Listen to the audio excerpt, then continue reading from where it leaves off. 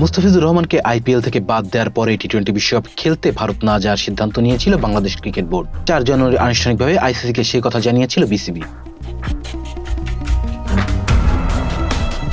এরপর কেটে গেছে 17 দিন। উভয় পক্ষে নিজেদের দাবিতে অনড় ছিল। বাংলাদেশকে এই বিশ্বকাপের সমস্যার সমাধান করতে বোর্ড সভা বসেছিল আইসিসি। সেখানে এলো চূড়ান্ত সিদ্ধান্ত, বাংলাদেশ ভারতে না গেলে বিকল্প দল নেবে আইসিসি।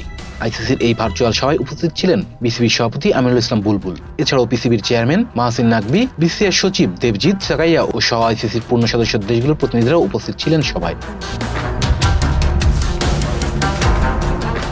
আইসিসির পক্ষ থেকে সবাই উপস্থিত ছিলেন আইসিসির সভাপতি জয় শাহ, প্রধান নির্বাহী Sanjay Gupta, vice chairman Imran Reza, general manager Gaurav Saxena এবং general manager Andrew Greff. Rezan Islam, B sports. Please subscribe our channel to get more information about sports world.